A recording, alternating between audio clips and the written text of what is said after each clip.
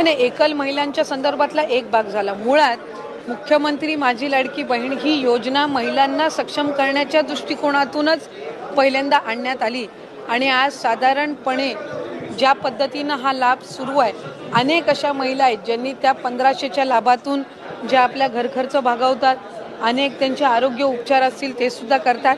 पण लघु उद्योजकांकडे सुद्धा किंवा छोट्या मोठ्या व्यवसायांकडे सुद्धा ह्या 1500च्या लाभाच्या दर महिन्याच्या माध्यमातून महिलांनी पाऊल उचललेली आहेत आणि आमच्यासाठी अशा अनेक सकारात्मक ज्या केस स्टोरीज आहेत त्या निश्चितपणाने लक्षात घेऊन पुढच्या कालावधीमध्ये फायनान्शियल लिटरसी ज्याचा उल्लेख किंवा आर्थिक सक्षमता महिलांमध्ये आणणं ह्या दृष्टिकोनातून आम्ही काम करणार आहोत, जेणेकरून लखपती दिदी असतील यांचं उद्दिष्ट गेल्या वेळेला 37 लाखाचं होतं। 37 लाख माता भगिनी या लखपती दिदीच्या त्या ह्याच्यामध्ये लाभ घेत आहेत, म्हणजे वार्षिक त्यांचं उत्पन्न 1 लाखाच्या पुढे जात आहे।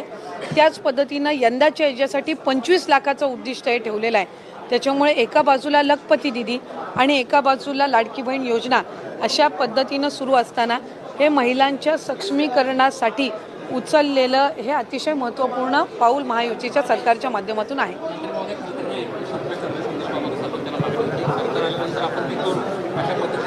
सरकार हे आमचं 5 वर्ष आहे, त्याच्यानंतरचे पुढचे 5 वर्ष निश्चितपणाने महाराष्ट्र राज्याची ही जनता महायुतीच्या सरकारला निवडेल याबाबत काही शंका नाही। आत्ता आपण जी घोषणा आदरणीय मुख्यमंत्री महोदयांनी आज अर्थसंकल्प मांडत असताना केली आहे की अनेकांना वाटायचं की निवडणुकीनंतर ही योजनाच बंद होईल, पण आज निवडणूक होऊन 1.5 वर्षाचा कालावधी झालेला आहे